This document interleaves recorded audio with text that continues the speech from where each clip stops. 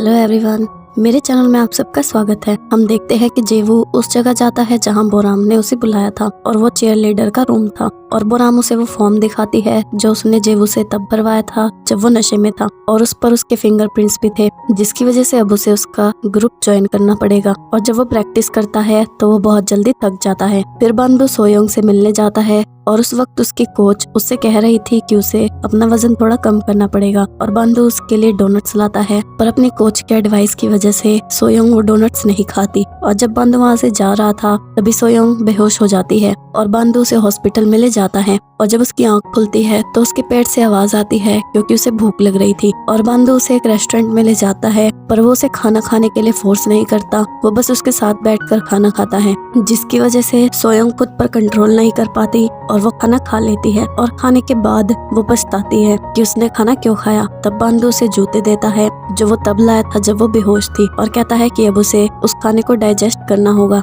और वो उसे वॉक पर ले जाता है। और वो वहाँ जाते हैं जहाँ से पूरा शहर दिखता है और वहाँ का व्यू बहुत सुंदर था, जिसे देखकर सोयोंग अपनी सारी टेंशन भूल जाती है। जब वो वापस जाते हैं तब बंदू से कहता है कि अगर उसे दोबारा कुछ करने का मन हो तो वो उसे बता सकती है, वो उसकी हेल्प जरूर करेगा। पर सोयोंग कहती है कि आज के लिए उसका शुक्रिया, पर आगे से वो ऐसा करने की कोशिश ना करे। और वो कहती है कि आज तक वो कोई कंपटीशन नहीं हारी है क्योंकि उसने खुद पर कंट्रोल किया है और आगे भी वो ऐसा ही करती रहेगी। और वो उसे और जानना चाहती है। और तब उसकी बस आ जाती है और वो बस में चली जाती है और बंदू उसकी बात सुनकर खुश हो जाता है कि सोयोंग भी उसमें इंटरेस्टेड है। पर तभी वो जिंजू के मॉम डैड को देखता है और वो बहुत शॉक हो जाता है, क्योंकि आप इमेजिन करो कि किसी इंसान की डेथ आपके सामने हुई हो और आपको दोबारा उसे जिंदा देखने का मौका मिले तो आप भी शॉक में चले जाओगे। दूसरी तरफ जिंजू के सीनियर्स जिंजू की क्लास को एक टास्क देते हैं कि उन्हें उनकी लाइब्रेरी से एक रेड एनवलप लेकर आना होगा, पर वो पहले ही उन्हें ये कहकर डरा देते हैं कि वहाँ उनके कॉलेज की एक लड़की ने सुसाइड कर ली थी और उसकी आत्मा अभी भी वहाँ घूमती है, इसलिए कोई अंदर नहीं जाता। पर जिंजू अंदर जाती है क्योंकि वो पहले ही सब कुछ एक्सपीरियंस कर चुकी है और उसे पता है कि कोई भूत नहीं है, वो बस उन्हें डरा रहे हैं। और जिंजू अपने सीनियर्स को ही डराकर वहाँ से बाहर भेज देती है।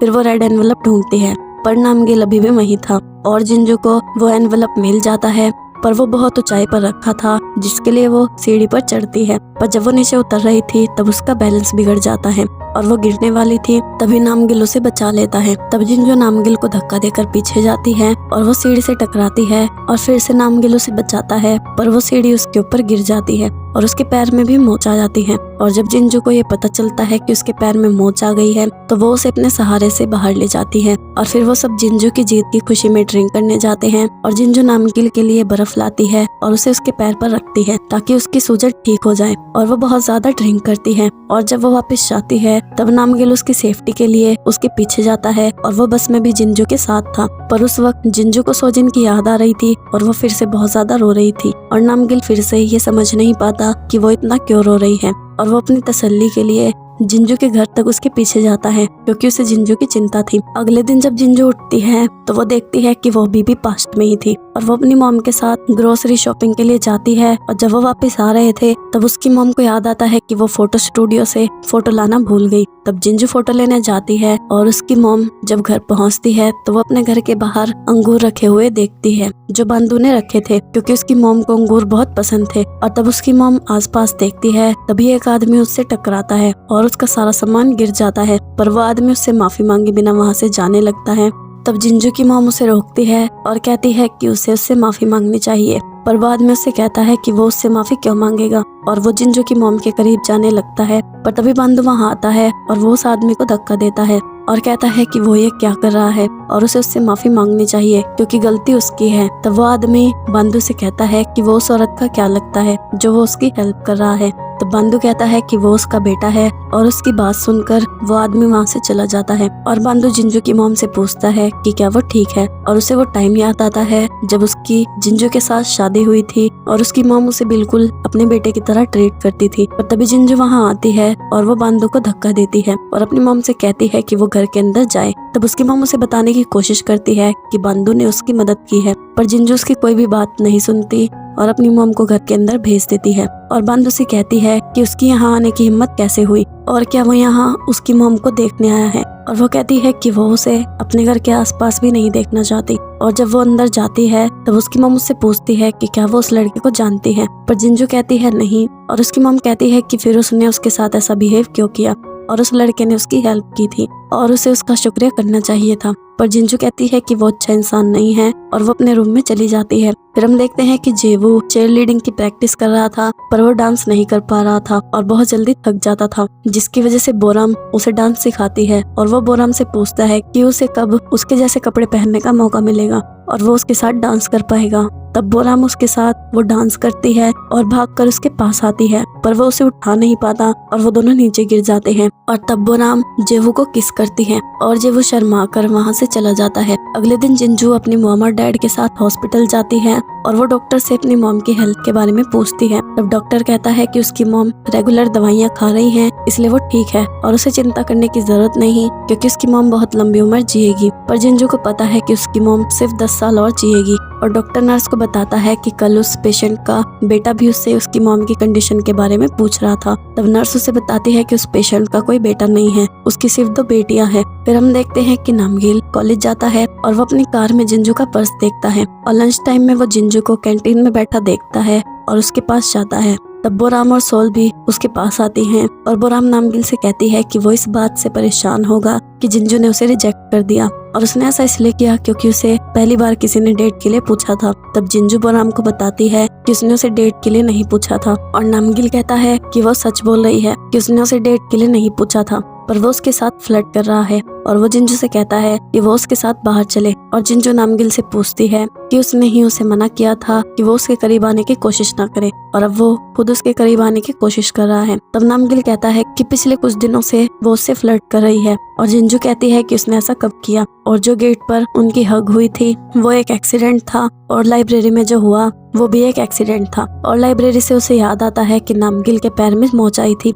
और वो उससे पूछती है कि क्या अब उसका पैर ठीक है। तब नामगिल कहता है कि वो ठीक नहीं है और जिंजू कहती है कि उसे देखकर ऐसा नहीं लगता कि उसे चोट लगी है। तब नामगिल कहता है कि बाहर से उसे ऐसा लग रहा होगा क्योंकि वो अपना दर्द नहीं दिखा रहा, पर अंदर से उसे बहुत दर्द हो रहा है, इतना कि वो चल भी नहीं सकता। और वो जिंजू को अपना कोट पकड़ाता है और उससे कहता है कि वो 7 बजे उससे यहीं मिलेगा क्योंकि अपने पैर की वजह से वो ड्राइव नहीं कर सकता। और जब जिंजू से उसका कोट देती है तो वो कहता है कि वो उसे अपने पास ही रखे और वो शाम को उसे ले लेगा। फिर बंदू सोयोंग के पास जाता है और उस वक्त वो हिप हॉप म्यूजिक सुन रही थी और बंदू से कहता है कि उसे लगता था कि वो सिर्फ क्लासिकल म्यूजिक सुनती होगी और वैसे वो बैलेट के साथ हिप हॉप का कॉम्बिनेशन कर सकती है। तब सोयोंग कहती है कि उसे हिप हॉप डांस नहीं आता, पर बंदू कहता है कि वो हिप हॉप म्यूजिक पर बैलेट कर सकती है क्योंकि वो भी एक तरह का डांस है, पर सोयोंग कहती है कि वो ऐसा नहीं कर सकती। फिर बंदू अपने रूम में जाता है और वहाँ गोदुकजे उसे बताता है कि बोराम ने जेवू को किस की और उसे लगता है कि वो दोनों एक दूसरे को डेट कर रहे हैं। तब बंदू जेवू से पूछता है कि क्या ये सच है और उसे फ्यूचर याद आता है जहाँ बोराम की वजह से जेवू का दिल टूट गया था और वो सोचता है कि वो जेवू को ये गलती दोबारा नहीं करने देगा। और गोदुकजे भी कहता है कि बोराम ने उसे सिर्फ किस की है, इसका मतलब ये नहीं कि वो दोनों रिलेशनशिप में हैं। और जब वो प्रैक्टिस करने जाता है तब वो बोराम को दूसरे लड़के के साथ प्रैक्टिस करते हुए देखता है और वो भी यही सोचता है कि बोराम उसके साथ मजाक कर रही थी। फिर हम देखते हैं कि गोदुकजे और बंदू स्विमिंग पूल साइड पर जाते हैं क्योंकि जो नुकसान गोदुकजे ने गेट को तोड़कर किया था उसे उसके लिए पनिशमेंट मिली थी। और तभी वहाँ नामगिल आता है और वो अपने लॉकर रूम में जाता है और वहाँ वो डॉक्टर पार्क की बातें सुन लेता है कि वो जिंजू नाम की लड़की से मिला है और वो उसे गरीब लगती है, इसलिए वो सिर्फ उसके साथ टाइम पास करेगा और जो उसकी गर्लफ्रेंड है उसे वो नहीं छोड़ सकता क्योंकि वो उसके लिए पैसों का जरिया है। और उसकी ये बातें नामगिल और बंदू दोनों सुनते हैं क्योंकि बंदू वहाँ टॉवल रखने आया था। और जब डॉक्टर पार्क स्विमिंग पूल में जाता है तब बंदू पीछे से आता है और उसे स्विमिंग पूल में धक्का देता है और फिर उससे कहता है कि उसे लगा कि वो उसका फ्रेंड है, पर नामगिल समझ गया था कि बंदू ने ये जानबूझ के किया है। फिर सोयोंग सबके जाने के बाद हिप हॉप के म्यूजिक पर बैलेट करती है और तभी बंदू उससे मिलने आता है और वो उसका डांस देख लेता है। फिर बाद में वो उससे कहता है कि उसने कहा था कि वो ये कर सकती है। तब सोयन कहती है कि वो बस थोड़े मजे के लिए डांस कर रही थी। तब बंधु कहता है कि उसे जो अच्छा लगता है उसे वो ही करना चाहिए, तो उसकी लाइफ और भी ज्यादा आसान हो जाएगी, क्योंकि लाइफ में बहुत कम लोगों को वो काम करने को मिलता है जो उन्हें पसंद है। इसलिए उसे वो ही करना चाहिए जो वो करना चाहती है, ताकि बाद में उसे पछतावा ना हो। और बंधु कहता है कि क्या पता आगे जाकर उसे कोई चोट लग जाए जिसकी वजह से वो बैलेट ना कर पाए, इसलिए उसे अभी वो करना चाहिए जिसे करने में उसे मजा आता है। फिर बंधु सोयोंग से पूछता है कि वो इस वक्त क्या करना चाहती है, और सोयोंग उसे मूवी की टिकट देती है जो वो अपने फ्रेंड्स के साथ देखने वाली थी, पर उसकी फ्रेंड्स बिजी थी इसलिए वो उनके साथ नहीं जा पाई। दूसरी तरफ जिंजू नामगिल से 7 बजे बाहर मिलती है और वो उसे उसका कोट देती है, पर नामगिल कहता है कि अभी वो उसके साथ कहीं चले। तब जिंजू कहती है कि उसे लगता है कि वो बिल्कुल ठीक है और वो बस नाटक कर रहा है। तब नामगिल कहता है कि वो भी हॉस्पिटल ही जा रहा था, और जिंजू उसकी बातों पर यकीन कर लेती है। फिर बंधु और सोयोंग थिएटर में जाते हैं जहां जिंजू के डैड जॉब करते थे, और बंधु अंदर जाने से डर रहा था, पर वो सोयोंग की वजह से अंदर चला जाता है और वो रिसेप्शन पर ही जिंजू के डैड को देख लेता है और भागकर वॉशरूम में चला जाता है। पर वो सोचता है कि वो इस वक्त कुछ गलत नहीं कर रहा है और उसे डरने की जरूरत नहीं है, क्योंकि अभी वो जिंजू को डेट नहीं कर रहा है और ना ही उसके डैड उसे जानते हैं। और जब वो वापस आता है तो वो देखता है कि उसके सामने वाली सीट पर जिंजू बैठी है और वो नामगिल के साथ वहाँ आई है। और जब बंधु वहाँ जाता है तब जिंजू भी उसे देख लेती है और उसे जलाने के लिए वो नामगिल से उस दिन की बात करती है जब उसने उसे डेट के लिए पूछा था। और तब बंधु को याद आता है कि जिंजू ने एक बार उसे नामगिल के बारे में बताया था कि वो नामगिल की फर्स्ट लव थी और उसने उसका विश्वास नहीं किया था।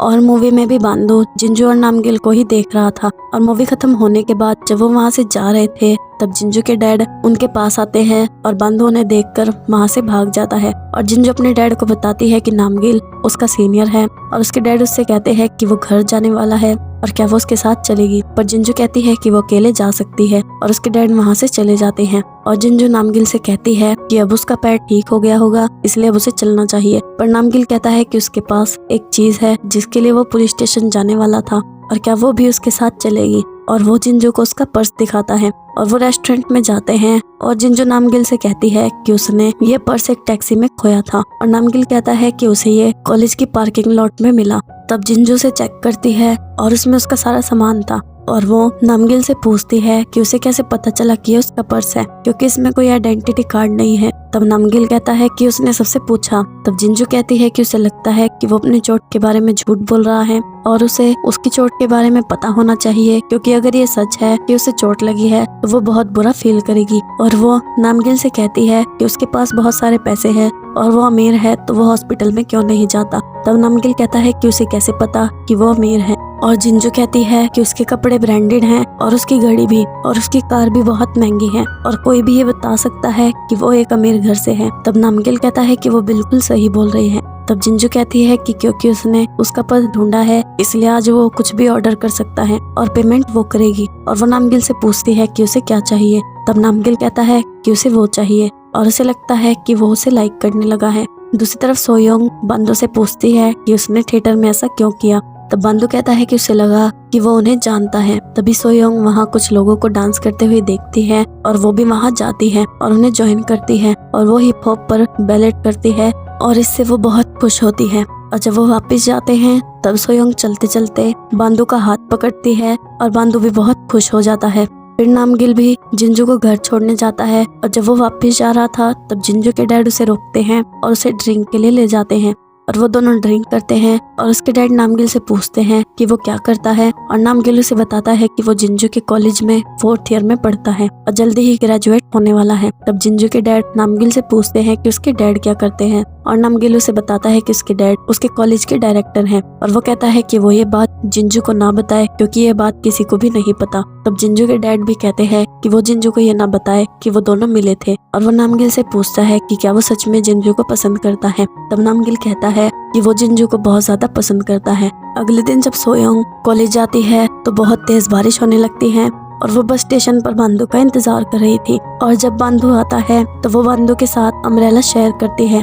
दूसरी तरफ जिंजू भी कॉलेज जा रही थी और उससे उसका छाता खुल नहीं रहा था और जब नामगिल उसे देखता है तो वो उसके पास जाता है और उससे कहता है कि वो उसके साथ अम्ब्रेला शेयर कर सकती है और वो दोनों भी कॉलेज में जाते हैं। और तब जिंजू बंधु और सोयोंग को साथ में देखती है और बांदू जिंजू और नामगिल को साथ में देखता है और वो दोनों एक दूसरे के सामने से गुजरते हैं।